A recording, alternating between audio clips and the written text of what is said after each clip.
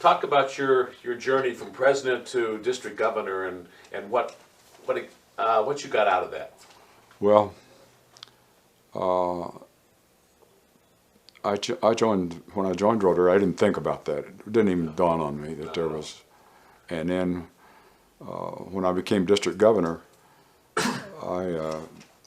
first thing I did when I was being interviewed, prior to the interview, I called the president of the University of Arizona and said, I've been asked to be interviewed for the district governor, and told him a little bit about it. And I said, but I can't do that without your approval, because there'll be times when you'll say, where is this guy?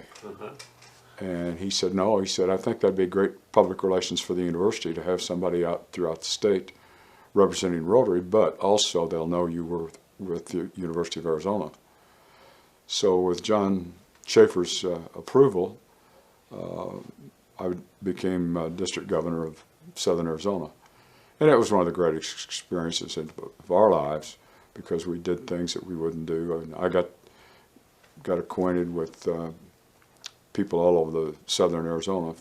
And the district at that time was all the Mesa Tempe clubs, as well as Yuma and over in Safford. So it split the state about in half. And of course that's changed again with the population growth of the state of Arizona. But I became great friends with people in all of Southern Arizona. One of the funny things, when I called on the Tempe Rotary Club, because of the interstate rivalry between ASU and U of A, they gave me an ASU blanket, they gave me an ASU hat, they gave me everything with ASU on it, and which I made laughter with. But those are the kinds of things, and those guys become your great friends.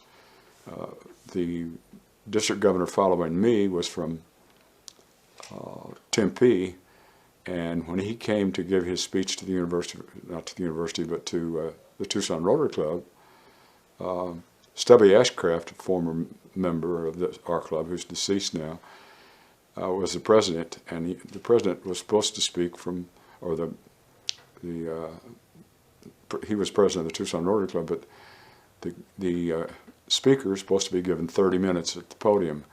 Well, when 1 o'clock came and he was to go on, Joe Dwight was his name, he was an avid ASU fan. So when I told Stubby, I said, you got to give him 30 minutes. I know you don't want to, but you got to give him 30 minutes. And I was no longer president. Stubby gave him the program at 1:25. Well, needless to say, that district governor was very unhappy with my Tucson Rotary Club, but he and I became great friends.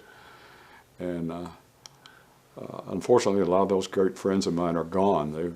They're just no longer with us. But it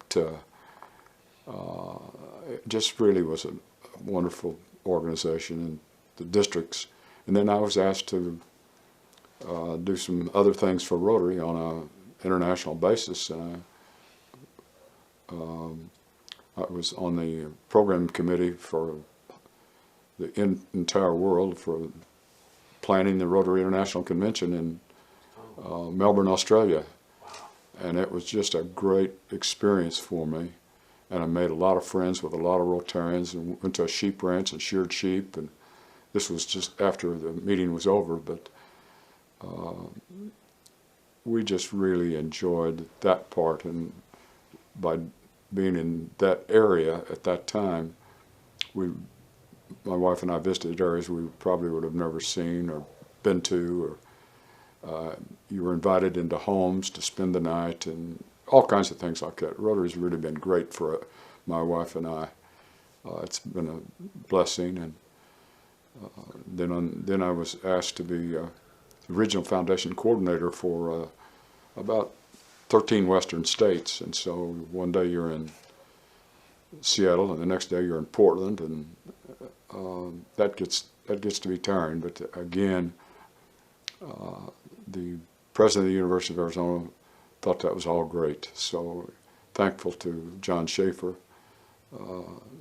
we were able to do some of these things and still keep my job at the University of Arizona, which provided food for the family.